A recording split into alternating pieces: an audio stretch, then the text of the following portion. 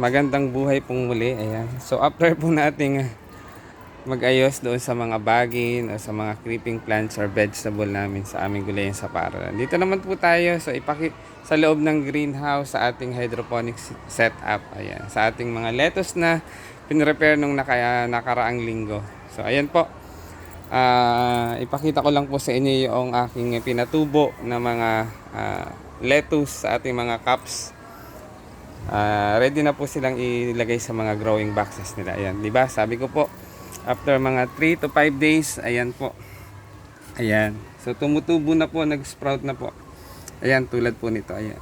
So pwede na po silang ilagay mismo doon sa mga growing boxes nila. Ayan. Ayan po. Tingnan niyo po ito. Ayan. Tulad po nito. Kapag ganito na po yung dahon nila, pwede na po silang ilipat sa mga growing boxes. Ayan. So sana po ay meron kayong natutunan. Ayan. So pakita ko po yung result. Ayan, ayan po yung aking binabad. Ayan. Na mga pinatutubo for Christmas na lettuce. Ayan, sa ating hydroponic setup. Ayan. O, ayan po. Ayan. So ayan po yun. So ililipat ko na po yan. Ready for transfer na po yan dito sa ating, ayan.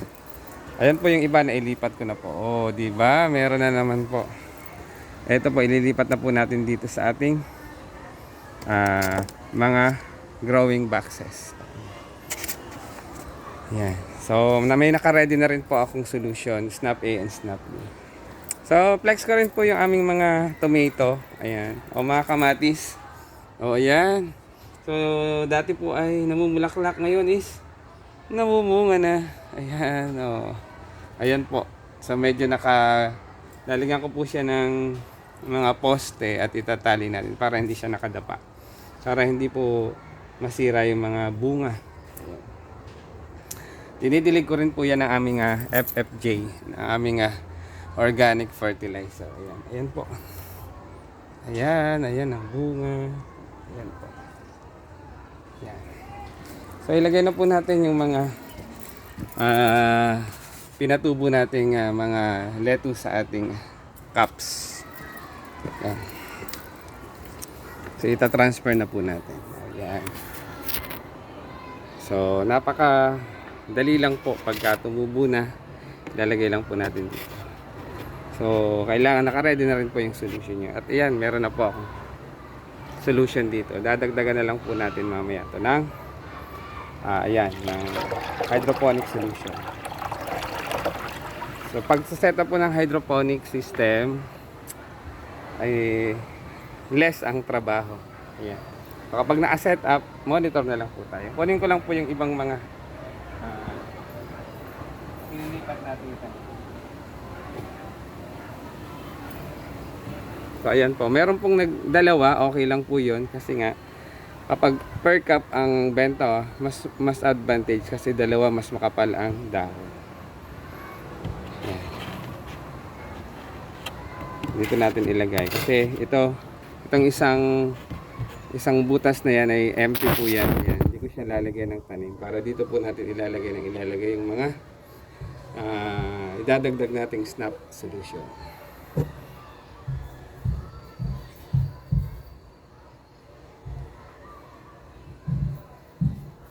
Ayan, ayan. O, ito po. So, sana po ay nag-enjoy kayo sa panonood ng aking reels o ng aking video. Siyempre po, mas maganda kung meron kayong natututunan. Salamat po sa panonood. Kung meron po kayong mga comment and suggestion, i-comment nyo na lang po dyan sa comment section. At kung meron po kayong mga katanungan, ayan, huwag po kayong mahiyang magtanong. Ayan. Huwag mahihiyang magtanong. Ayan. Sige po. Salamat po sa panonood at sana po ay nag-enjoy kayo sa aking video. May natututunan. Magandang araw. Thank you for watching. Shout out sa ating mga ka-team Krong Kaway, mga kasaka, mga kagri, mga kagulay. Ayan, ito po ay isang gulayan tips na naman or gardening tips. Thank you for watching.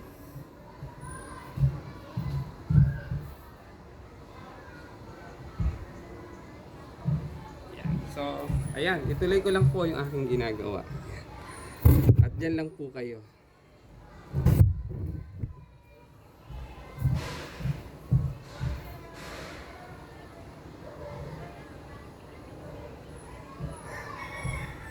Ayan. So, medyo mahaba po ang oras natin sapagkat meron pong religion. So, medyo mahaba-haba ang oras natin para makapag-monitor ng ating mga halaman. At the same time, mayroon ding summative ang mga bata. Kaya, hanggat maaga, malamig pa po dito sa loob ng greenhouse, i-set up na po natin yung kailangan natin i-set. Thank you for watching.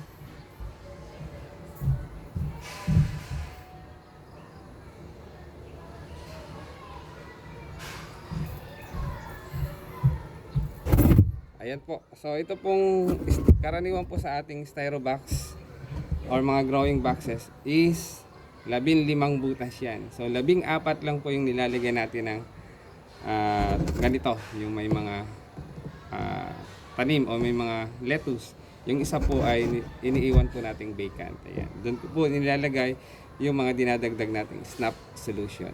Yung hydroponics solution.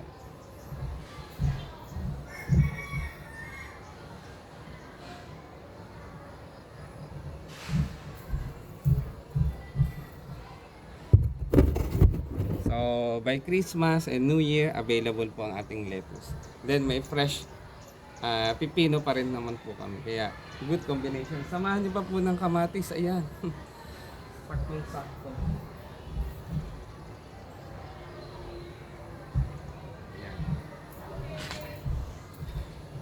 Ayan.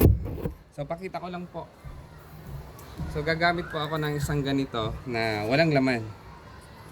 Kasi transparent naman, may butas siya. Doon ko po ilalagay yung mga, ayan, yung snap solution na aking idinadagdag. So ipakita ko lang po yung na-set up nating isang growing box. O ayan. Ito po ay 15 at pang 15 po ito na walang laman. Diyan ko po ilalagay yung mga snap solution. Ayan. Ayan po, meron na naman po tayong mga tanim. Ayan. So sana po ay nag-enjoy kayong muli sa aking video, sa aking reels. Ayan. Sana ay may natutunan sa aking mga reels or video. Kung nagustuhan nyo po, i-like nyo po and i-share nyo na rin po para mapanood ng iba, ng buong mundo. Muli, magandang araw, magandang buhay. Keep safe po tayong lahat at huwag kalimutang magpasalamat sa ating Panginoon. Thank you po. Thank you, Lord. Thank you for watching. Thank you for all the blessings. God bless us all. Thank you for watching.